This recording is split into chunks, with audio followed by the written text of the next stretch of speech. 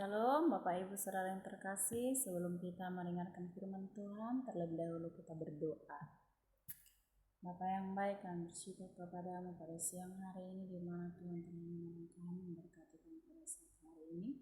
Biarlah Tuhan Engkau terus memimpin kami, menolong kami, memberkati kami pada saat hari ini. Sebentar Tuhan kami akan mendengarkan firman-Mu, mari Tuhan Engkau yang menolong, memberkati kami, berikan kami Tuhan Roh Kudus memimpin kami supaya kami boleh mengerti kehendak firman-Mu.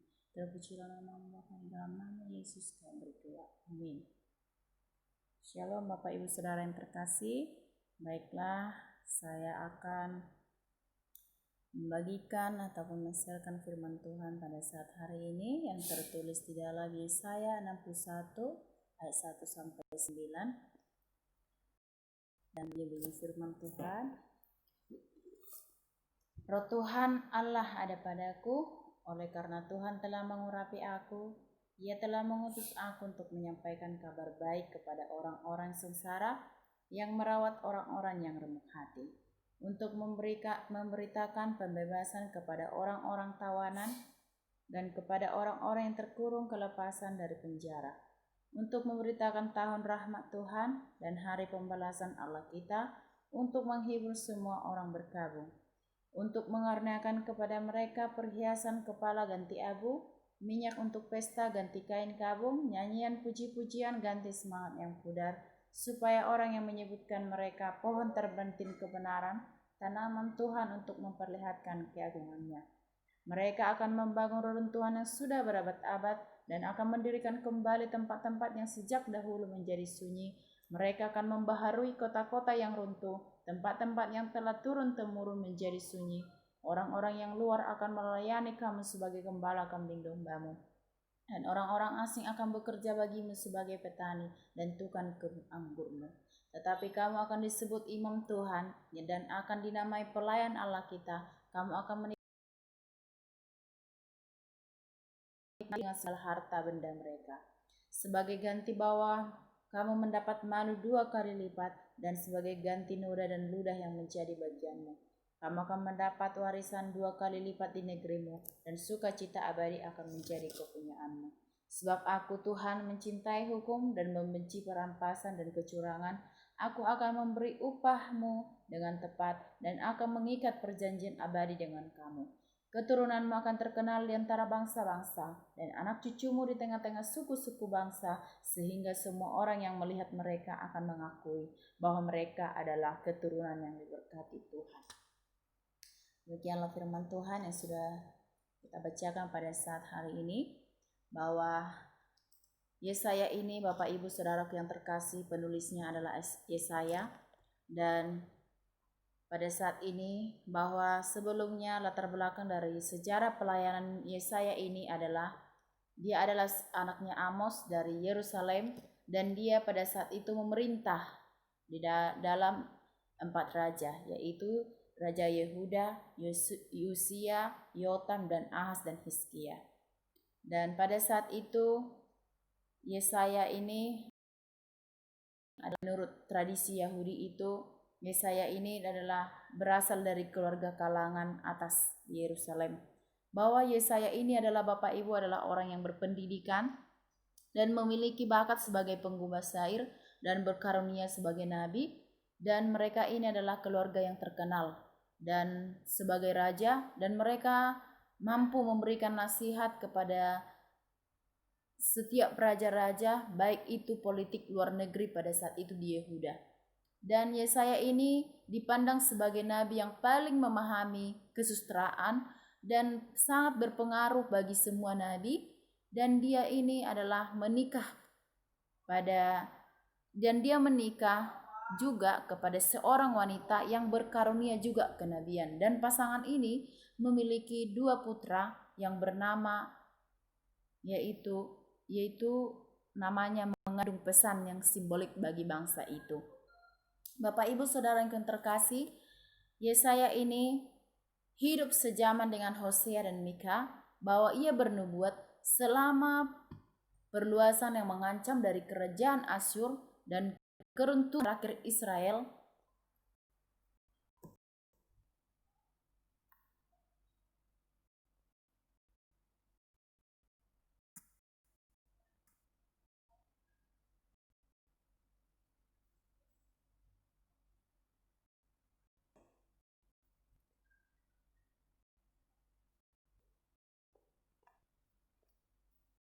bahwa pada saat itu semua raja-raja di sana itu terjadi. Pada saat itu adalah kemerosotan rohani. Dan pada saat itu bahwa Yesaya ini memperingati semuanya raja-raja yang ada di Yehuda, yaitu untuk tidak mengharapkan bantuan dari Asyur, dan Asyur ini melawan Israel dan Aram. Bahwa ia mengingatkan Raja Hizkia setelah kejatuhan Israel agar jangan mengadakan persekutuan dengan bangsa asing dan menentang Asyur. Ia menasehati kedua raja itu untuk mereka tetap percaya kepada Tuhan sebagai perlindungan mereka. Dan Yesaya ini sangat mempunyai pengaruh terbesar pada masa pemerintahan Raja Hizkia. Baiklah Bapak Ibu Saudara yang terkasih, kenapa dikatakan di sini yaitu roh Tuhan Allah ada padaku? Karena Tuhan telah mengurapi aku, Ia telah mengutus aku untuk menyampaikan kabar baik kepada orang-orang sengsara dan merawat orang-orang yang remuk hati, untuk memberitakan kepada orang-orang tawanan dan kepada orang-orang yang terkurung kelepasan daripada penjara. Di sini Bapak Ibu yang terkasih, bahwa Yesaya ini adalah dia menuliskan, yaitu pada saat dia semua orang-orang yang pada saat itu membutuhkan pertolongan. Dan pada umumnya Yesaya ini di sana berbicara mengenai kehadiran kabar sukacita melalui pelayanan hamba Tuhan. Bahkan yang kedua tadi dikatakan juga menegaskan kembali hal-hal yang diinginkan oleh Tuhan Allah, sekaligus berkat-berkat yang mengalir bagi umatnya. Ya, saya mengatakan di sini, apakah itu kehadiran kabar sukacita itu? Ditulis di sini dari ayat 1 sampai 4. Bahwa kita melihat dan membaca ayat-ayat itu secara sederhana saja, kita sudah jelas dapat memahami dan jelas apa maksud daripada Yesaya, bahwa hamba Tuhan ini telah diurapi Tuhan sebagai utusan Allah yang sah untuk memberitakan kabar sukacita bagi umat Tuhan yang sekian lama telah terpuruk dalam berbagai dimensi kehidupan. Akibat kegagalan mereka sendiri memenuhi panggilan Allah sebelumnya, baik sebelum pembuangan, selama pembuangan dan pasca pembuangan. Inti dari kedatangan hamba Tuhan ini adalah bahwa Tuhan sendiri akan mengubah kehidupan umatnya, mengubah menjadi lebih baik, mengubah semua kehidupan yang buruk menjadi kehidupan yang jauh lebih manusiawi. Satu persatu, ayat-ayat ini menuturkan bagaimana perubahan kehidupan umat Tuhan tersebut. Yang pertama dikatakan kabar baik kepada orang-orang sengsara. Dan yang kedua, perawatan kepada orang-orang yang remuk hati. Dan yang ketiga, pembebasan kepada orang-orang tawanan. Dan keempat, kelepasan dari penjara kepada orang-orang yang terkurung. Bahwa di sini dikatakan keempat, pemberitaan Tuhan. Bahwa di sini juga yang selanjutnya, keenam, balasan Allah kepada setiap orang yang jahat. Dan selanjutnya, penghiburan bagi semua orang yang bergabung. Ya, bahwa abu duka cita yang digantikan dengan perhiasan kepala itu mahkota. Bahwa kain kabung digantikan dengan minyak untuk pesta. Semangat yang pudar digantikan dengan nyanyian pujian. Umat buangan kini disebut pohon terbanting. Bahwa hidup ini seperti sedia kalanya. Bahwa saudara-saudaraku yang terkasih dalam nama Tuhan Yesus Kristus, siapakah yang tidak bersuka cita dengan berita yang disampaikan oleh Yesaya pada saat itu? Dan siapakah kita tidak ingin mendengarkan kabar baik? Atau adakah orang yang mau hidup terus-menerus dalam keterpurukan, dalam kegelapan, dalam penindasan? Atau adakah orang yang mau hidup dengan tangisan air mata di sepanjang hidupnya? Saya kira kita semua mau hidup di dalam kemerdekaan, hidup dalam sukacita, hidup dalam kedamaian. Dan Tuhan mau serta mampu mendatangkan kehidupan yang kita rindukan itu, mau menghadirkan keselamatan sejati dalam kehidupan orang-orang yang percaya kepada Dia. Dan di ayat yang 8 ini dikatakan keinginan dan berkat Tuhan Allah bagi umatnya. Bahwa kedatangan hamba Tuhan Yesaya ini yang membawa berita sukacita yang disampaikannya sekaligus juga menegaskan bagaimana Tuhan menginginkan pola hidup yang lebih baik dan berkat yang berkelimpahan bagi umatnya. Apakah itu? Di firman Tuhan ini di sana dikatakan di ayat 8-11 yaitu bahwa yang pertama Tuhan mencintai hukuman. Tuhan membenci perampasan dan kecurangan. Dengan demikian, Tuhan mendatangkan anugerah sukacita bagi umatnya, sekaligus meminta mereka menegakkan hukum seadil-adilnya, menjauhkan diri dari segala bentuk dan praktik perampasan dan kecurangan. Saya kira tuntutan Tuhan ini tidak berlebihan, bahkan mungkin tidak sebanding dengan kasih karunia yang dianugerahkannya bagi umatnya. Kalau kita telusuri lebih jauh, tuntutan Tuhan ini sebenarnya ditujukan untuk kebaikan, kesejahteraan, dan kedamaian mereka juga. Tidak hanya itu Bapak Ibu Saudara. Apabila umat Tuhan mau memenuhi keinginan Allah, maka berkat-berkat yang berlimpah-limpah akan mengalir dalam kehidupan mereka. Itulah yang dikatakan di dalam ayat 8 ini. Dan ayat 8b ini menjelaskan Tuhan mencintai hukum. Adakah alasan untuk tidak mencintai apa yang dicintai Tuhan? Adakah alasan untuk tidak membenci apa yang dibenci Tuhan? Saudara-saudaraku yang dikasihi Tuhan, keajaiban terbesar yang dilakukan oleh Tuhan adalah pembebasan dari penawanan dosa.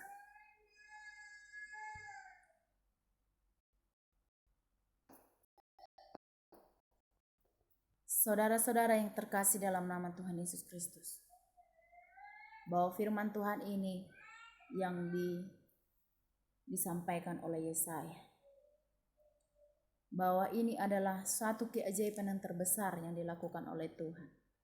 Dan Tuhan mau kita bebas dari setiap dosa. Dan Tuhan mau kita bebas dari segala bentuk perbudakan kehidupan. Dan Tuhan mau menghadirkan keselamatan kekal bagi kita. Baik itu di tengah dosa, kegagalan, dan rasa malu. Satu-satunya yang bisa mengubah suasana hati kita adalah hamba Tuhan. Hamba Tuhan yang datang sebagai Mesias yang dipenuhi dengan Roh Allah. Bahwa Yesus membawa rahmat ilahi, suatu anugerah yang tidak hanya mengampuni orang yang bertobat dari dosa-dosa atau masalah mereka, tetapi datang juga untuk membebaskan dan memungkinkan kita sebagai umat Allah untuk tetap hidup di dalam keadilan dan kebenaran. Dan Tuhan Yesus juga mau dan selalu mau mengubah keadaan kita yang terpuruk. Dan Dia berkenan mengubahnya menjadi sukacita yang tiada taranya, dan bahkan kesedihan-kesedihan kita digantikannya dengan kegembiraan. Kita sekarang dapat menikmati tahun rahmat Tuhan apabila kita berbagi berkat dengan umat Allah dari berbagai latar belakang kehidupan. Saat kita dapat menjalani kehidupan ini dalam takut akan Dia, yaitu dengan mencintai apa yang dicintai Tuhan dan membenci apa yang dibenci Tuhan. Baiklah Bapak Ibu Saudaraku yang terkasih, yang bisa saya bagikan pada saat hari ini, biarlah firman Tuhan ini menjadi alat kita, menjadi senjata kita di dalam menjalani hidup ini. Dan inilah kesimpulan dari firman Tuhan ini, bahwa Tuhan ingin kita mau hidup kita berubah, dan Dia datang membawa kehidupan bagi semuanya. Mari kita aminkan firman Tuhan ini, dan biarlah kita menjadi pelaku-pelaku kebenaran firman Tuhan. Terima kasih, Tuhan Yesus memberkati.